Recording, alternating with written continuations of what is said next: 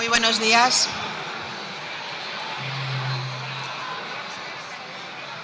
Muy buenos días. Si sus señorías ocupan los escaños.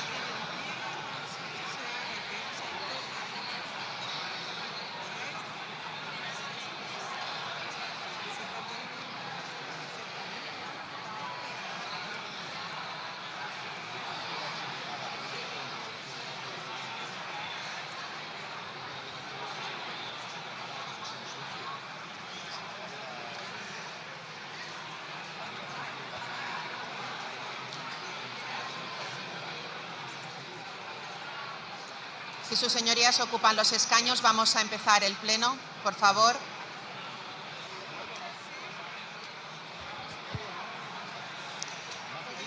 Por favor, si guardan silencio y ocupan los escaños.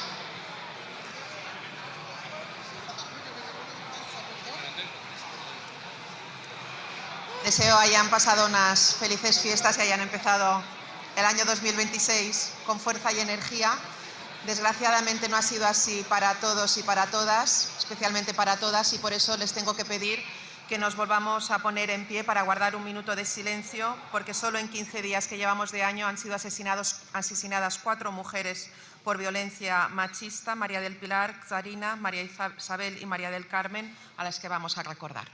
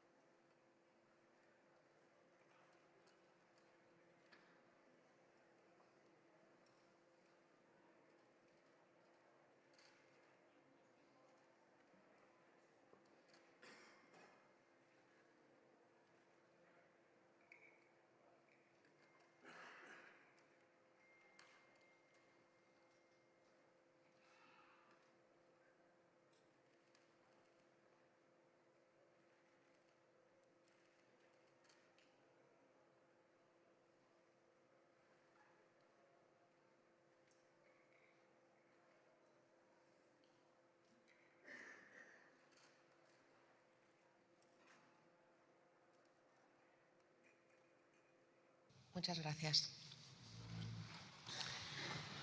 Con carácter previo al examen del orden del día, vamos a proceder al juramento promesa de acatamiento de la Constitución conforme al artículo 20.1 tercero del reglamento. En sustitución, os ruego que nos pongamos en pie a la mesa. En sustitución de don Carlos Gil Santiago, pregunto a don Evarist Aznar Teruel si jura o promete acatar la Constitución. Sí, juro.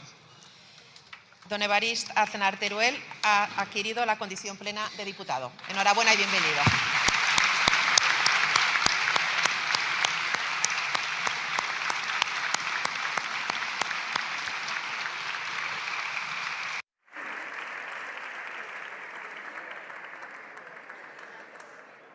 Pues ahora sí comenzamos con el punto del orden del día relativo a la comparecencia del ministro de Asuntos Exteriores, Unión Europea y Cooperación ante el Pleno.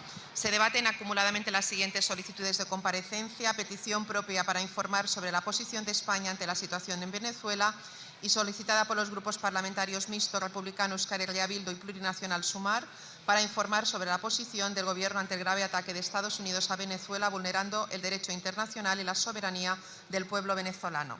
Tiene la palabra cuando quiera el señor ministro de Asuntos Exteriores, Unión Europea y Cooperación.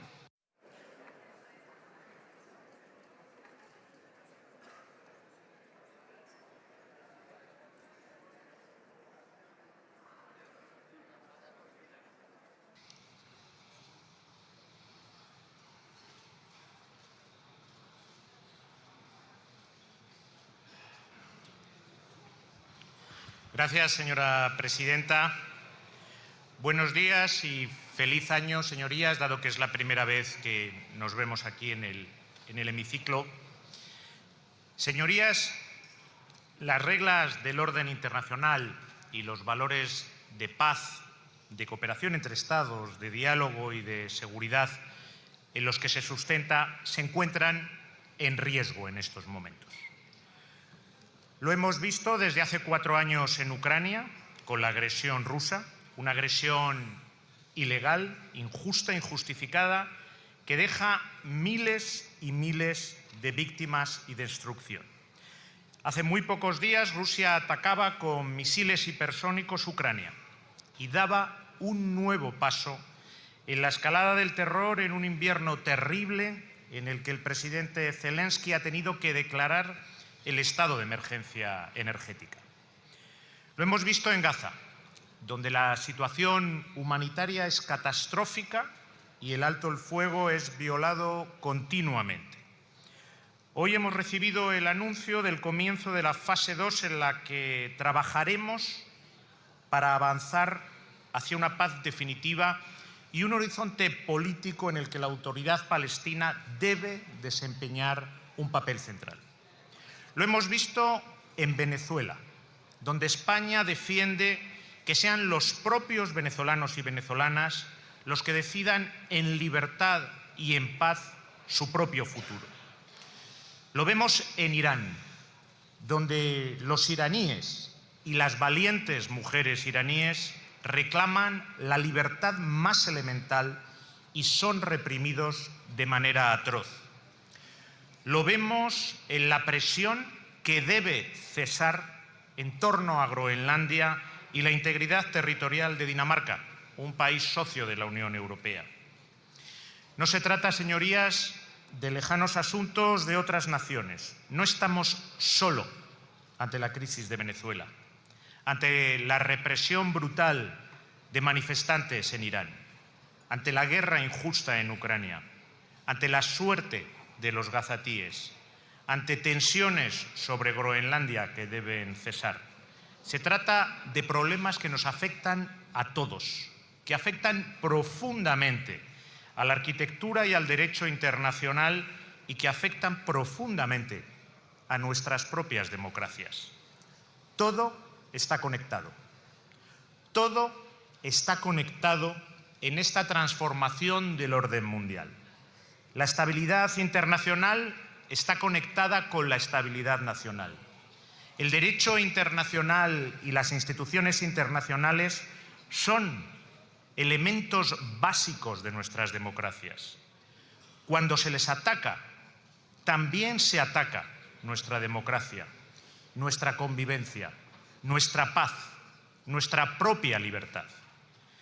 La paz y la estabilidad internacionales solo son posibles cuando se respeta el derecho internacional y la soberanía de todos los Estados, cuando se resuelven las controversias por medios pacíficos y cauces institucionalizados. Contra el derecho internacional nunca llega la paz ni la democracia, llega el caos. Para los demócratas, también los medios legitiman el fin. O se es libre o no se es. O se defiende la soberanía o se defiende la injerencia. O se defiende la democracia o se defiende el uso de la fuerza sin reglas. Pero no caben ambas a la vez. Frente a los que atacan el orden internacional, frente a una extrema derecha mundial que amenaza nuestra democracia y los valores sobre los que se sustenta el progreso de la humanidad, la política exterior de España, coherente, con identidad propia, con voz propia, defiende lo mismo: la paz justa, por los mismos principios, los de la Carta de las Naciones Unidas y los valores europeos, en Ucrania, en Gaza, también en Venezuela, y en Irán y en Groenlandia. El respeto del derecho internacional, la paz, la justicia, la resolución pacífica de los conflictos. Frente a quienes quieren que reine el caos y la ley de la selva para imponer sus propios objetivos, nuestra política exterior defiende el multilateralismo, la cooperación, el diálogo, el derecho internacional. Como demócratas que somos, como debe hacer cualquier demócrata, no vamos a resignarnos a un orden de injusticia, de arbitrariedad y de violencia. Señorías, nuestra política exterior siempre ha defendido y ha trabajado activamente por lo mismo en Venezuela: democracia, respeto de los derechos humanos, justicia y progreso social. Y que el futuro del pueblo venezolano lo construyan exclusivamente los propios venezolanos a través del diálogo, de manera democrática y por medios pacíficos.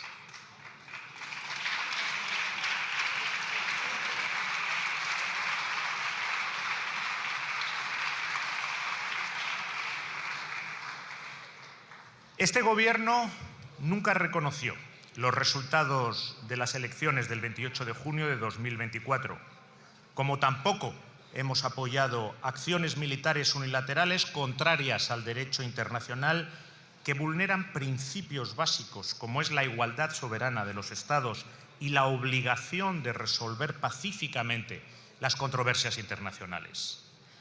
Desde las primeras horas del sábado 3 de enero, he mantenido estrecho contacto con mis homólogos europeos y latinoamericanos. Desde el Ministerio de Asuntos Exteriores fuimos el primer país en emitir un comunicado ese mismo día, haciendo un llamamiento a actuar con respeto al derecho internacional y a los principios de la Carta de Naciones Unidas. También promovimos con rapidez el comunicado conjunto con los principales países de América Latina, México, Brasil, Chile, Colombia, Uruguay, en el que reiteramos que la situación en Venezuela debe resolverse exclusivamente por vías pacíficas, mediante el diálogo, la negociación y el respeto a la voluntad del pueblo venezolano en todas sus expresiones, sin injerencias externas y en apego al derecho internacional. También España impulsó el comunicado conjunto firmado por 26 Estados miembros de la Unión Europea y la alta representante, en el que pedimos el respeto del derecho internacional y de la Carta de las Naciones Unidas y que se respete la voluntad de los venezolanos de decidir sobre su propio futuro. Ninguna solución para Venezuela puede imponerse desde el exterior, mucho menos por la fuerza. La única salida viable, hoy como siempre, debe ser venezolana, dialogada, pacífica y democrática, respetando la voluntad del pueblo venezolano y la soberanía sobre sus recursos naturales, que también son parte de la soberanía de todo país. Es importante para Venezuela y es importante para toda la región, que se vería afectada seriamente de la desestabilización venezolana. España es Iberoamérica y por eso la política exterior de España prioriza las relaciones con todos y cada uno de los países de América Latina y el Caribe, actuando de puente entre el continente americano y la Unión Europea. Mantenemos profundos lazos fraternales, históricos, humanos, culturales, económicos con los países de América Latina y este año, en noviembre, aquí en Madrid, acogeremos la Cumbre Iberoamericana, un momento para dar un nuevo impulso y estrechar la cooperación iberoamericana, porque España mantiene relaciones fraternales con todos los pueblos hermanos de América Latina, también con Venezuela. 200.000 españoles y españolas residen en ese país.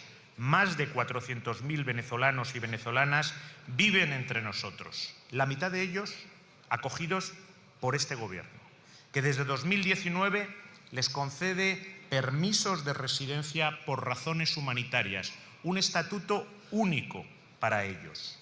Entre ellos, los principales líderes de la oposición como Edmundo González y Leopoldo López. Tenemos también estrechas relaciones económicas y empresariales y, a su vez, España ha denunciado cada violación de los derechos humanos y las detenciones arbitrarias. Hemos llevado todas las propuestas de sanciones a la mesa de Bruselas. Hemos estado dispuestos a acoger a cada venezolano que lo necesite y eso seguirá siendo así mientras esté este Gobierno al frente del Gobierno de España.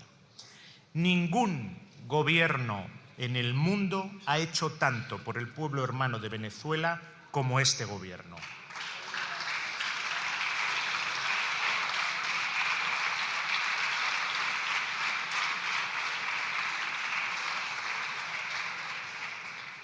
Este Gobierno actúa por Venezuela, actúa por los venezolanos y las venezolanas, por la democracia y los derechos humanos, siempre con respeto al derecho internacional, porque la alternativa al predominio de la ley es el horror, el predominio de la fuerza bruta.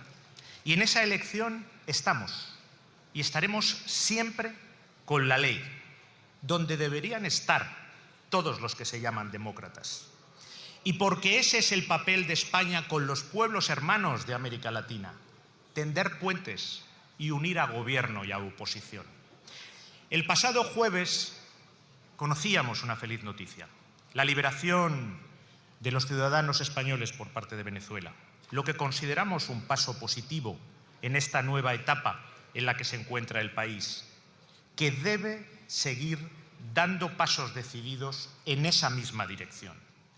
5 españoles fueron liberados en un primer grupo, se encuentran ya felizmente en España junto a sus seres queridos, y a estos se suman otros 4 españoles que han sido también liberados, y una de ellas ya está en España, el resto se mantiene en Venezuela por voluntad propia.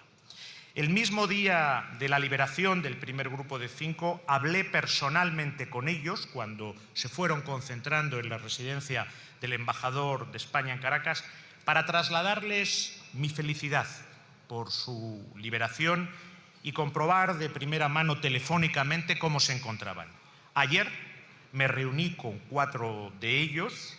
Uno de ellos no pudo acudir, aunque estaba previsto porque tuvo problemas en su viaje en avión, y con sus familias, para trasladarles una vez más mi solidaridad y apoyo en persona. El Ministerio de Asuntos Exteriores y la Embajada de España en Caracas ha trabajado con intensidad desde el primer momento para conseguir su liberación, manteniéndonos también en continuo contacto con sus familias, que han sufrido mucho en estos meses sin poder estar junto a sus seres queridos. Y quiero agradecer desde esta tribuna al Servicio Exterior de España y muy especialmente a la Embajada de España en Caracas y a su embajador por su dedicada labor de protección a los españoles en muchas ocasiones, en circunstancias muy difíciles.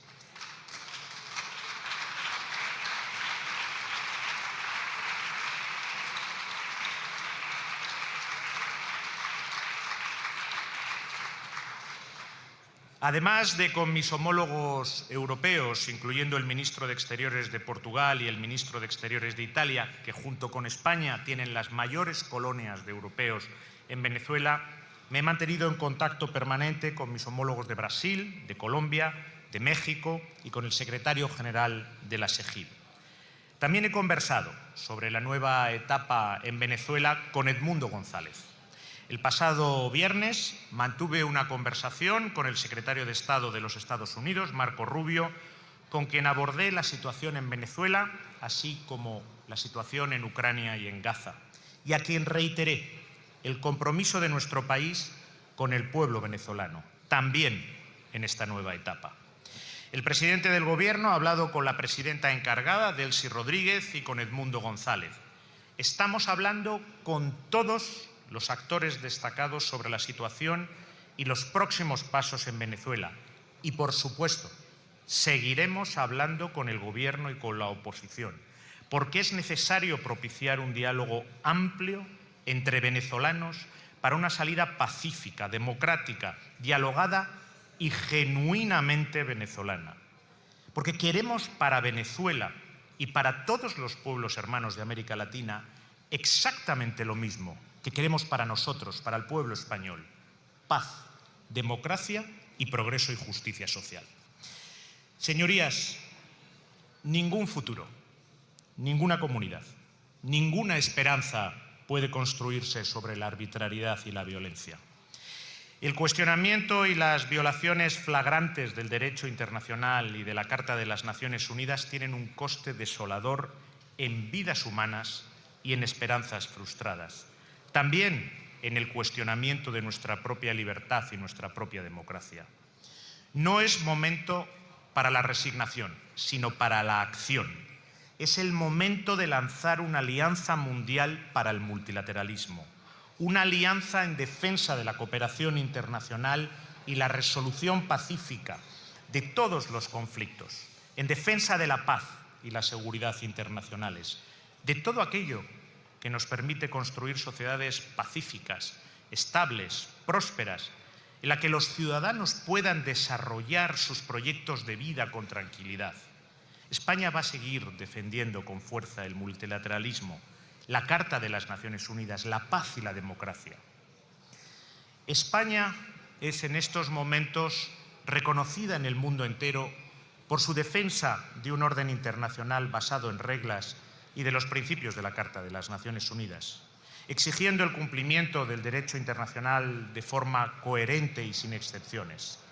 Lo hacemos en Ucrania desde el inicio de la agresión rusa. España apoya a Ucrania porque no podemos abandonar a su suerte a un pueblo que defiende su libertad. Pero también porque defender a Ucrania es defender la democracia y un orden internacional justo. Por eso seguiremos junto al pueblo ucraniano tanto tiempo como sea necesario. Lo hacemos en Gaza, exigiendo el respeto del derecho internacional humanitario y del derecho internacional. Vamos a seguir apoyando los esfuerzos para que el alto el fuego actual, muy frágil, violado sistemáticamente, se convierta en paz definitiva en esta fase 2 que se inicia hoy. Vamos a seguir trabajando para la implementación de la solución de 2 estados con la autoridad palestina en el centro. Tras el reconocimiento por parte de España en mayo de 2024, muchos países han seguido nuestros pasos y han reconocido el Estado de Palestina. Y el pasado 10 de diciembre, el presidente de Palestina, Mahmoud Abbas, visitaba España y le reiteramos el compromiso de España con el futuro digno y en paz del pueblo palestino. España ha contribuido este mismo mes de enero con 50 millones de euros mediante el instrumento Pegase de la Unión Europea para reforzar a la autoridad palestina y nos hemos convertido en su primer donante bilateral. También hemos lanzado, junto a Francia, Noruega y Arabia Saudí, la coalición urgente por Palestina. Vamos a seguir defendiendo en el ámbito europeo y multilateral que la autoridad palestina sea partícipe en todo momento, tanto en las instituciones transitorias de gobernanza que tienen que empezar a andar, como en todo lo que toca a su propia seguridad. Y que las ONGs, también las ONGs españolas por las que velamos directamente desde el Ministerio de Exteriores, sigan estando presentes en Gaza. Vamos a seguir apoyando a UNRWA, organización indispensable para la estabilidad regional, pero sobre todo para la supervivencia de millones de palestinos y palestinas. Y también vamos a apoyar la estabilidad y la seguridad del Líbano, donde estamos presentes con un importante contingente bajo bandera de Naciones Unidas en Finul. Y por eso condenamos el reciente ataque israelí contra la Finul, que puso en riesgo la integridad física de nuestro contingente.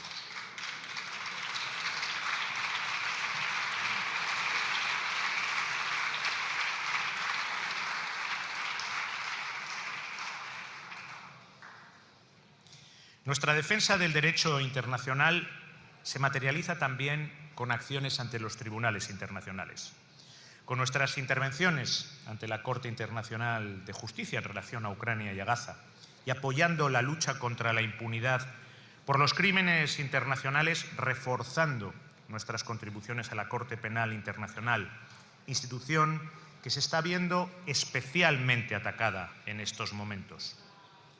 Y con el apoyo a las Naciones Unidas y su sistema, como hice ayer mismo en mi reunión con el director general de la Agencia Internacional de la Energía Atómica, en su labor tanto sobre el programa nuclear iraní como en relación a la central de Zaporilla en Ucrania.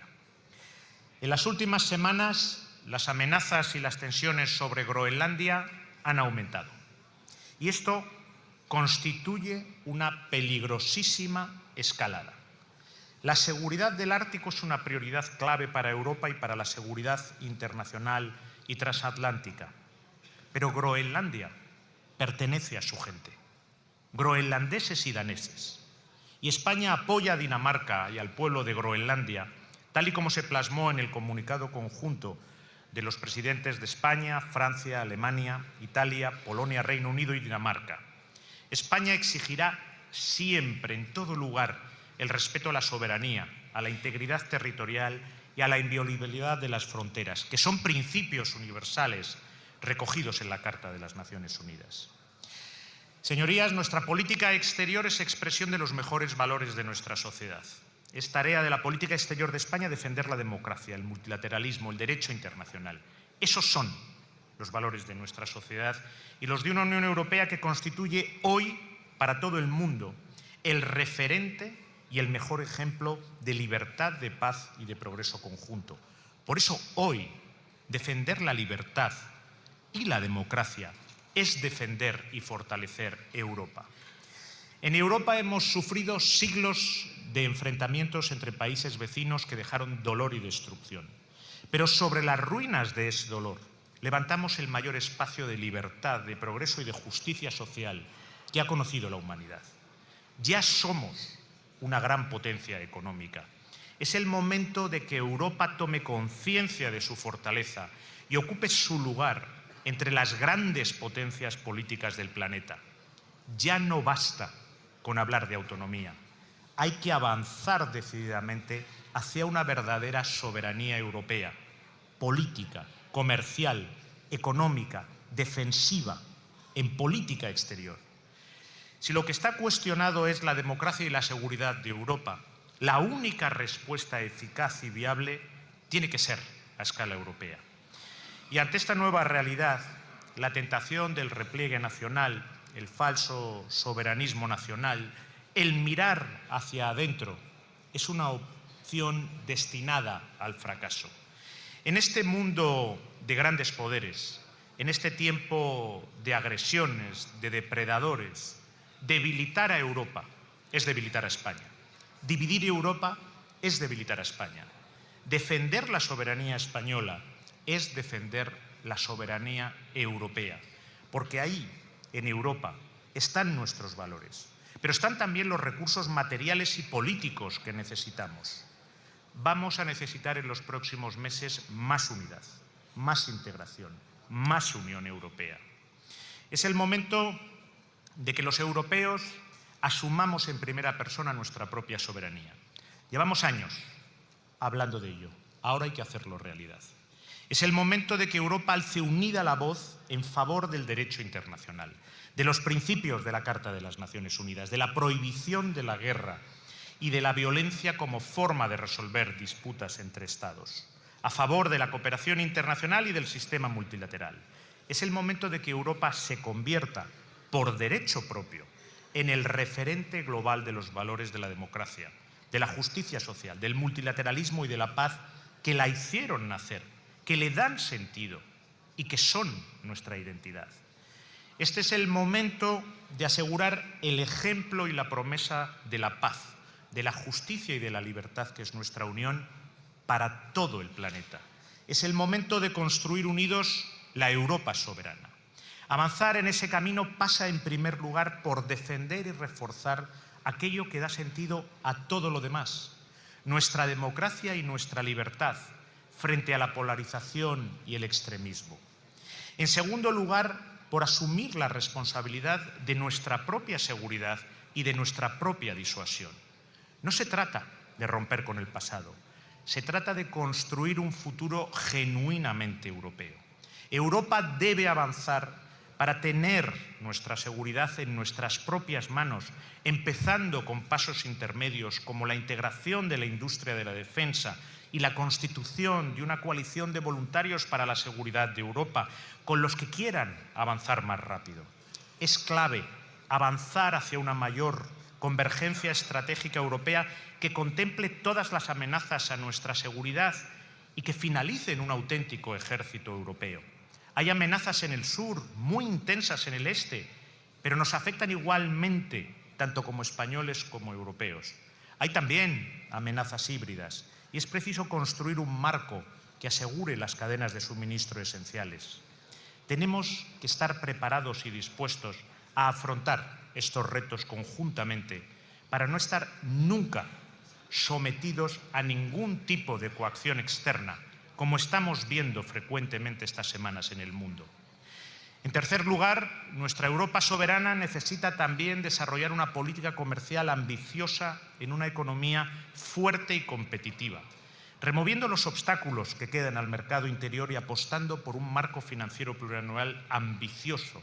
Tenemos que aumentar los recursos europeos. Y finalmente, una Europa soberana debe proyectarse al mundo y para ello son claves las alianzas internacionales de la Unión. Hacia América Latina, España será puente en ello. El pasado viernes celebrábamos la noticia de que por fin la Unión Europea ha dicho sí al acuerdo con Mercosur. Tras 25 años de negociaciones, este acuerdo servirá para diversificar nuestras relaciones comerciales y para reforzar las relaciones con los países de la región. Porque no es solo un acuerdo comercial, es el compromiso político de asociación que ofrecemos a esa región del mundo. Señorías, la igualdad soberana de los Estados, el respeto de los derechos humanos, la prohibición de la amenaza y el uso de la fuerza contra la integridad territorial o la independencia de cualquier Estado, la cooperación internacional y la solución pacífica de las controversias son principios que constituyen un patrimonio compartido de la comunidad internacional, que nos ha permitido una convivencia internacional en las últimas décadas que ha permitido estabilidad y progreso. Señorías, vivimos un tiempo de decisiones vitales, también de caminos inciertos, en el que el riesgo es perder de vista lo esencial. Todos los demócratas compartimos, nos reconocemos y nos unimos en lo esencial: la defensa de la libertad, de los derechos humanos, de la justicia frente a la violencia, el abuso y la arbitrariedad. La inmensa mayoría de nuestros ciudadanos creen en el multilateralismo, creen en el derecho internacional, creen en los derechos humanos, creen en la cooperación y, sobre todo, creen en la democracia. El momento que vivimos es muy grave. Los españoles y las españolas tienen que saberlo. Se está intentando alterar el orden mundial. Este es el tiempo, este es el momento para unirnos en la defensa de esos valores en los que nos reconocemos todos los demócratas.